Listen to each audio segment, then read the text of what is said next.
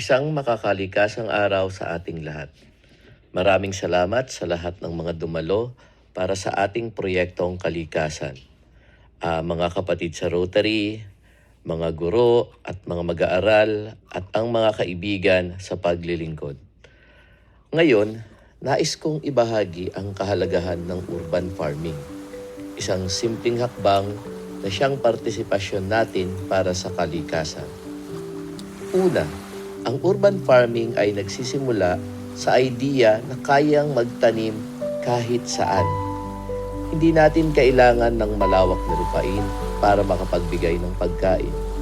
Sa mga paso, bakuran, at maliliit na espasyo, maaari tayong makapagtanim.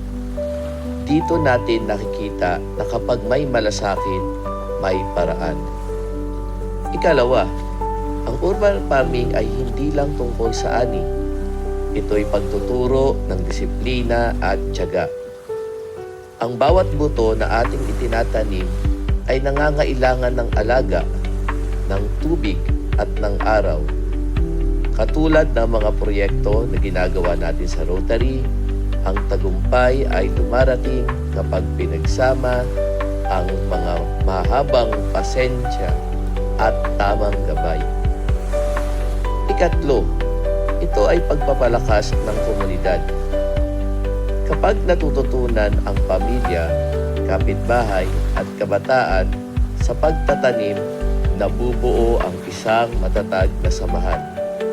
At higit pa, natututo ang mga bata sa kahalagahan ng kalikasan at ng pagkain na kanilang kinakain.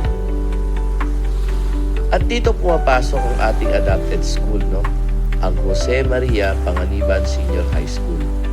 Sa kanilang pagtanggap sa programang ito, natututo ang mga kabataan na hindi lang tumingin sa libro, kundi aktwal na humawak ng lupa, magtanim at mag-ani.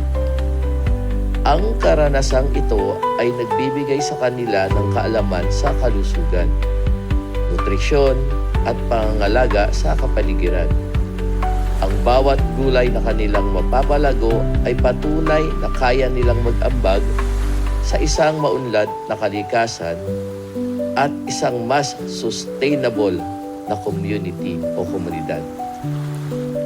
Ika-apat, ang urban farming ay isang hakbang tungo sa Smart City Vision.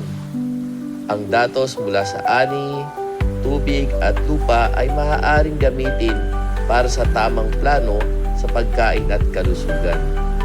Sa konteksto ng Rotary, ito'y halimbawa kung paano nakikipagtagpo ang teknolohiya, kalikasan at paglilingkod. Kaya paalala sa lahat, ang urban farming ay hindi lamang pagtatanim ng gulay. Ito ay pagtatanim ng pag-asa, ng disiplina, at ng pagkakaisa. Sa bawat punla na ating inilaalagaan, tinuturuan natin ang ating sarili at ang sumunod sa henerasyon o ang susunod na henerasyon ng mahalagang aral na ang maliit na hakbang ay may malaking epekto sa kinabukasan. Sa uli, ito lang ang ating mensahe. Kung kaya nating magtanim ng halaman sa gitna ng syudad, kaya rin nating magtanim ng kabutihan sa gitna ng mundong puno ng hamon.